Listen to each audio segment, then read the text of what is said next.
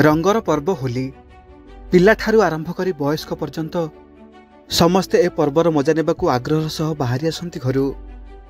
आज भली दिन रे राग रुषा अभिमान भूली समस्ते परस्पर को रंग बोली एही रंगर उत्सव होली को पालन करती। किंतु किछि भूल काम आउ असावधानता जे केते सांघातिक हो जाए आउ भयंकर दुर्घटना रे पकई दिए तार एक उदाहरण मिलची एही रंगर पर्व होली रे। चारिआडे होलीर उत्सव पालन होथिबा बेले भुवनेश्वर कुआखाई नदी पाखरे घटिची एक बड़ दुर्घटना। निज जीवन उपरकू विपद डाकी आनिछंती जणे युवक। भिडियो आरंभ करने पूर्वरु आपण जदि जगतरनाथ महाप्रभु श्री जगन्नाथ को भक्ति करती, प्रभु जगन्नाथ को आराध्य बोली मानती, ताहले भिडियोटी को एक लाइक करी कमेंट बॉक्स रे जय जगन्नाथ लिखि दियंतु। नयागढ़ जिला ओडगां ब्लॉक अंतर्गत टिकरपल्ली ग्रामर दिनेश कुमार साहू बयस 28 वर्ष। घरे माँ बापा दुई भाई आउ दुई भौणी। दिनेश बाबू आईसीआईसीआई बैंक रे असिस्टेंट मैनेजर भावे काम करती। से भारी ईश्वर विश्वासी। पंच सखा मध्यरु अच्युतानंदଙ୍କ अनुगामी मानक द्वारा संगठित सनातन धर्म रे निजको जोड़िछंती दिनेश बाबू। आउ महाप्रभु जगन्नाथ को निजर आराध्य देवता रूपे पूजा करती। से होली रे बैंक छुट्टी थाए, सेथिपाई होली खेलिबाकू सांगसाथी मानक सह सकाळु सकाळु बाहरी पड़ले दिनेश बाबू। दिन प्राय 12टा पर्यंत होली खेलिले। सांग मानक सहित रंगर उत्सव होली को बहुत हस उल्लास रे पालन कले। सांग माने समस्ते मद्यपान कले, किंतु दिनेश बाबू जमारू भी मद पियंती नहीं। से बहुत साधा सीधा आउ भारी ईश्वर विश्वासी। सांग मानक सह भलरे होली खेलिले। एहा परे सांग माने भोजी करबा और बुलाबुली करबा उद्देश्य रे समस्ते निज निजर बाइक धरी कुआखाई नदी कूलर आसी पहुँचले। एहा परे समस्ते मिसी होलीर रंग छड़ेबा पाई नदी को गाधेबा को गले। आउ ठीक सही समय रे घटिला एक लोमटांकुरा घटना। केवल दिनेश बाबू जणे थिले जे कि मद पी नथिले, किंतु दिनेश बाबूंकर आउ समस्त सांग माने मद निशारे थिले। समस्ते मिसी नदी रे गाधौ थांती। दिनेश बाबू समस्तंक ठारू टिके आगु चली जाइतिले। आउ नदी भितर चलिबा समय रे तांको पादरे एक मद बोतल रो भंगा काच गलीगला। एहा परे दिनेश बाबू से काच को हाथ रे काढ़ी बाहर को फिंगी देले, किंतु से काचटी तांको गोड़ रे एते जोरे आघात देथिला जे दिनेश बाबू आउ ठीक से नदी भितर चली पारले नहीं। आउ जीवन विकल रे नदी भितरु बाहर को आसुथिले। किंतु सेदिन बोधे तांको जीवन रे आउ किछि लेखा थिला। जल्दी जल्दी रे नदी रु बाहरिबा बेले दिनेश बाबू को आउ गोटे गोड़ रे भी काच गलीगला।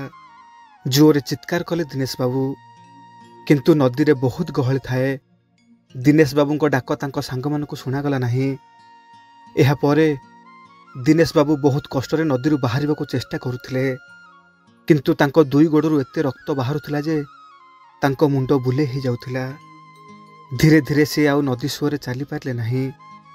नदी रे सुओ एते जोरे होउथिला जे दिनेश बाबू सही सुहरे भासी गले। सेतेबेल को दिनेश बाबू किछि जानि पारु नथिले। दिनेश बाबू को भासी जाउथिबार देखि जणे लोक चित्कार कले। आउ तांको चित्कार सुनी दिनेश बाबू को सांग माने देखिले जे दिनेश बाबू भासी जाउछंती। सांगे सांगे तांकर दुई जण सांग दिनेश बाबू को पाखक आसिले। आउ दिनेश बाबू को उद्धार करी कूल को नहीं आसिले। सेतेबेल को दिनेश बाबूंकर चेता न थाए। तांकर दुई गोड़रू रक्त बहुत बही जाई थाए। तांकर एपरी अवस्था देखी तांको सांग माने बहुत व्यस्त हो पड़िले। कौन करिवे कौन नहीं बोली किछि भाबी पार नथांती। बाइक नहीं जाइथिले समस्ते।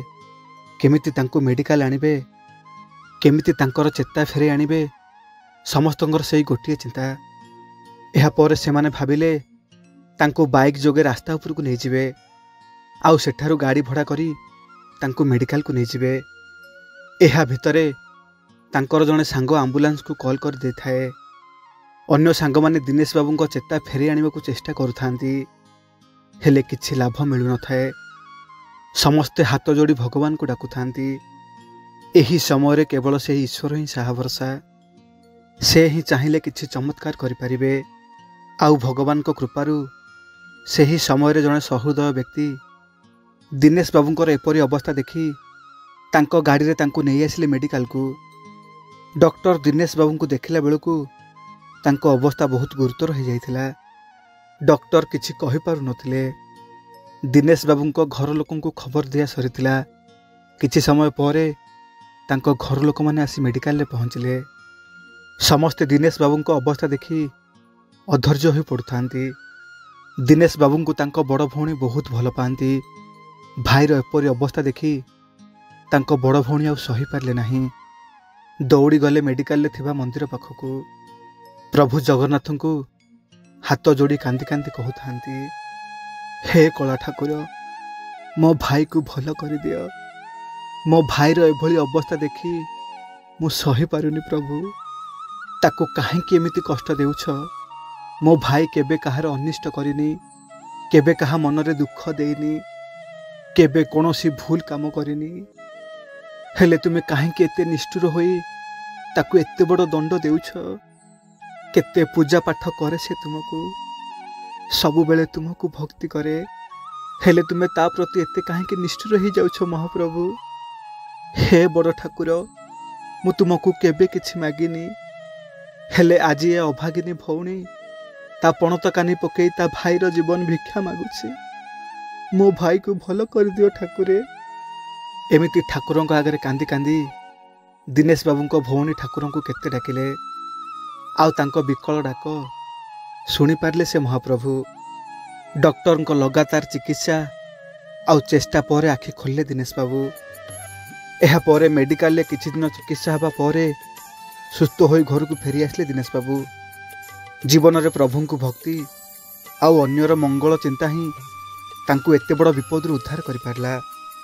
ସେଦିନ ଠିକ୍ ସମୟରେ ସେ ଅଜଣା ଲୋକଙ୍କ ଗାଡ଼ି ଆସି ରହିବା, ଆଉ ତାଙ୍କୁ ଠିକ୍ ସମୟରେ ଆଣି ମେଡ଼ିକାଲରେ ପହଞ୍ଚାଇବା, ଆଉ ସାଙ୍ଗେ ସାଙ୍ଗେ ଡକ୍ଟରଙ୍କ ଚିକିତ୍ସା ଆଉ ଚେଷ୍ଟା ପରେ ତାଙ୍କର ଚେତା ଫେରି ଆସିବା, ଏସବୁ ସେହି ମହାପ୍ରଭୁଙ୍କ ଲୀଳା।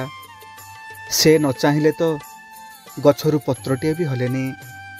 ସତରେ ପ୍ରଭୁ ସବୁଠି ଅଛନ୍ତି, ଆଉ ତାଙ୍କ ଭକ୍ତର ଦୁଃଖ ବୁଝି ତାକୁ ବିପଦରୁ ଉଦ୍ଧାର କରନ୍ତି। ସତରେ ମହାପ୍ରଭୁ, ତୁମ ଲୀଳା ତୁମକୁ ହିଁ ଜଣା।